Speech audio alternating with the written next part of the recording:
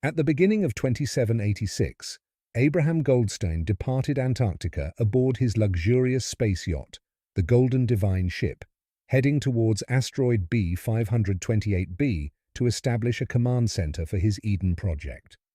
Accompanying him were his personal bodyguards from the Angel program, a group of 30 genetically engineered good-looking males designed for utmost loyalty to him. The Angels were physically impressive, characterized by tall, athletic builds, perfect posture, and symmetrical features, which contributed to their striking beauty.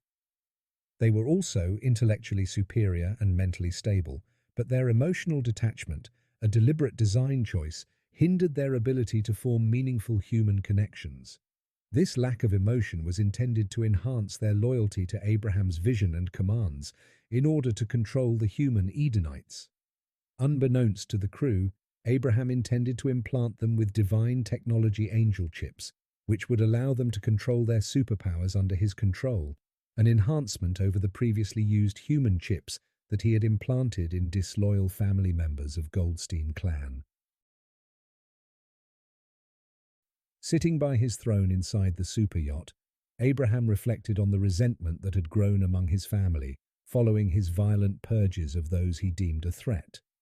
Acknowledging that his presence incited anger amongst his clan, he concluded that leaving Earth to stay in the Divine Control Center asteroid B528b while having his followers Edenites living in B528a was the best course of action. He had planned to use the helpless refugees that tried to escape Mars, but were detained in Kaguya Detention Center as his followers, and called them the People of Eden. As he gazed back at the planet, now just a distant blue orb, he felt a bittersweet melancholy, mourning the home he would never see again. A month later, Abraham and his angels arrived at the bleak, desolate asteroid B528b, which he envisioned transforming into a divine realm control motherboard center. To him, these dark rocks represented divine providence and the future seat of his power as the Edenites' god. He was determined to reshape the asteroids into a stronghold where he could rule as a deity, far removed from the political turmoil of Earth upheavals and the Terran Council dominion. Meanwhile, Mars faced chaos and suffering, exacerbated by wars and resource shortages. The Terran Council, while maintaining peace on Earth, allowed its 5 factions to engage in proxy wars on Mars, leading to the displacement and deaths of millions of Martians. With Earth considered a paradise compared to Mars, many Martians attempted to escape Mars, only to find themselves detained by the Terran Council military men in brutal lunar detention centers as helpless refugees. On November 23, 2788, 3,000 volunteers from the Kaguya Detention Center boarded Abraham's spaceship. The fleet departed from the Moon and traveled at normal transit speed towards B528a asteroid, also known as Eden, with the passengers remaining in cryogenic sleep until the colony's construction was completed by Abraham and his angels. Abraham Goldstein inspected the cryogenically frozen Martian refugees aboard his command ship, the Golden Divine. While he found their peaceful appearance captivating, he was also disgusted by their physical imperfections, a consequence of years of malnutrition and radiation exposure on Mars. Choosing to use Martians instead of Terrans had its benefits, primarily because the Terran Council viewed the Martians as expendable nuisances, allowing Abraham to proceed with his Eden project without interference. The cost-effectiveness of using Martians was another significant advantage for Abraham. He realized that financing the Eden project would have been impossible if he had to provide safe conditions for Terran citizens, who were deemed worthy of protection by the Council. The Council's indifference to Martian lives meant they approved of Abraham's project, even if most passengers perished during the process. Abraham also appreciated that the angels, his genetically engineered followers, appeared flawless compared to the Martian subjects. He envisioned a divine presence on Eden, one that looked infinitely more appealing than the inhabitants. However, the state of his future subjects was disheartening. Centuries of harsh living conditions had transformed them into mere shadows of their former selves, with thick, warty skin and hunched postures due to their adaptation to life on Mars. As January 2789 approached, Abraham grew increasingly anxious about delays caused by his family back on Earth. It had been 3 years since he left, and he felt that they were stalling efforts to finish the Eden project, hoping that his advanced age would lead to his demise. With his 254th birthday imminent, he was desperate to activate the Divine Detector quantum physics accelerator to transfer his soul and ensure his survival. To address these concerns, Abraham summoned his favorite angel, Archangel Lucifer, who had been raised in the Goldstein Gifted Children program designed to prepare genetically superior individuals for servitude. Abraham had named all the angels after biblical figures, hoping that unlike their biblical counterparts, Lucifer would remain loyal and not turn against him. Lucifer, towering and impressive in stature, embodied the ideal soldier, physically perfect, focused, and utterly devoted to Abraham's will. Abraham tasked Lucifer with traveling to Goldstein Tower to rally his family members and ensure they expedited their efforts on the Eden project. He gave Lucifer permission to use force if necessary, but advised restraint to maintain some cooperation. As Lucifer prepared to leave, Abraham felt a mix of relief and apprehension. While he trusted Lucifer's loyalty, he was uncertain about the angel's ability to act independently. Since arriving at Eden, Abraham struggled to control and threaten his family members back on Earth due to the limitations of his divine technology. A month later, Lucifer and 6 other angels arrived in orbit around Earth, opting to remain hidden over Antarctica for reconnaissance. Instead of seeking an audience with the Goldstein leadership, Lucifer devised a plan to attack the next board meeting. Utilizing their stealth capabilities, the angels infiltrated the Goldstein building without triggering the automated defenses. Upon storming the board meeting, the angels caught the Goldstein family off guard. Isaac Goldstein challenged Lucifer's authority, arguing against Abraham's wasteful spending. In response, Lucifer threatened violence, but hesitated due to the potential repercussions. The tension in the room escalated until another angel, Ishmael, reminded Lucifer to demonstrate their power, allowing him to threaten the board members with mind control. Lucifer created an illusion of a blinding sun, forcing the board members to consider their lives and the consequences of defying Abraham. Eventually, Isaac agreed to comply with Abraham's demands, acknowledging the need to avoid mutual destruction.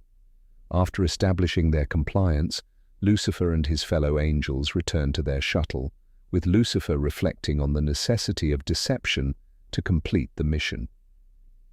As they departed, Nuriel, one of the angels, questioned Lucifer's honesty regarding their mind control capabilities. Lucifer justified his actions by emphasizing loyalty and the importance of completing their mission for Abraham.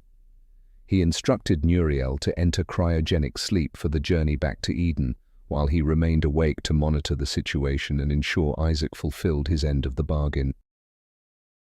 Threatened by Lucifer, the remaining members of House Goldstein supplied Abraham with all the resources he needed for the Eden project over the course of 150 years, leading to the family's bankruptcy. The continuous shipments devastated House Goldstein, resulting in the loss of all their possessions outside of Antarctica, and ultimately, they ceased to be one of the ruling factions within the Terran Council. Observing this decline, other factions took advantage of the situation, taking over House Goldstein's holdings in the rest of the world through both legal and covert means. As the Eden project progressed, the other factions concluded it posed no threat and watched in bemusement as House Goldstein disintegrated from within.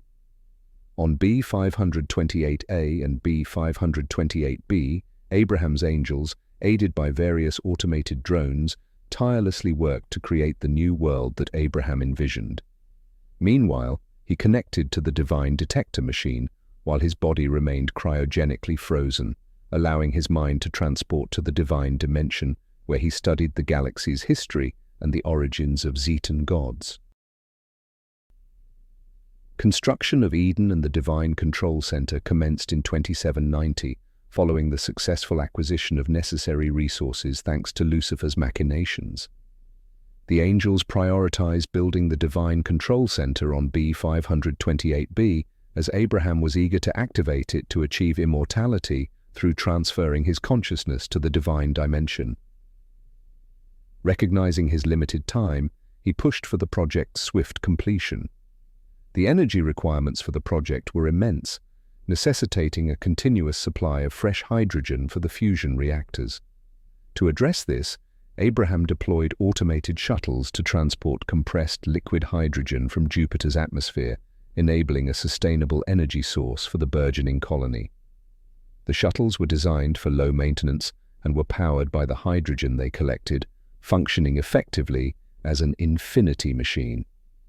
The next phase involved creating gravity on B528a, which was intended to serve as the habitat for Abraham's subjects. By installing fusion thrusters on the asteroid and having it rotate, artificial gravity was established. Once this was accomplished, the asteroid underwent terraforming to resemble the promised Holy Land as it was many millennia ago. However, a significant challenge remained. Developing a fully functional ecosystem on Eden was proven to be rather challenging. To create a breathable atmosphere on Eden, 20 layers of nanotechnology plates were placed above the surface, designed to retain the atmosphere and shield inhabitants from harmful radiations that emerged from the atmospheric layer. These plates were stabilized by electric currents and a magnetic field covering the entire asteroid, replicating the protective functions of Earth's magnetic field and ozone layer.